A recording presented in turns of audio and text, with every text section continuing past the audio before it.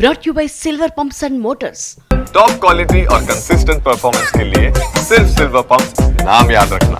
బాహుబలి తొలి భాగం రిలీజ్ అయి 10 ఏళ్లు పూర్తయిన సందర్భంగా రిలీజ్ కు ప్లాన్ చేశారు మేకర్స్.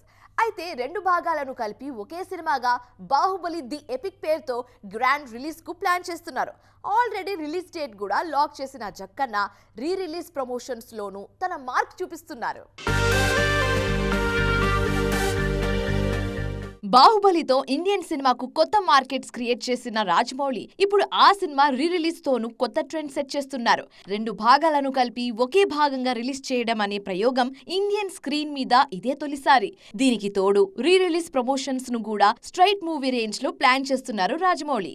సినిమా ప్రమోషన్ విషయంలో ఏ అవకాశాన్ని వదులుకోని జక్కన్న తాజాగా Australia cricketer David Warner social media post మీద స్పందించారు. గతంలో బాహుబలి గెటప్ వేసుకున్న పిక్స్ ను తన సోషల్ మీడియా పేజ్ లో షేర్ చేశారు వార్నర్. వీటిలో మీకు ఏ ఫోటో నచ్చింది అంటూ కామెంట్ చేశారు. ఈ పోస్ట్ కి రిప్లై ఇచ్చిన రాజమౌళి, మీరిప్పుడు మాహిష్మతి సామ్రాజ్యానికి నిజమైన రాజులా తయారవ్వండి, నేను ఈ కిరీటాన్ని పంపుతున్నాను అంటూ కామెంట్ చేశారు.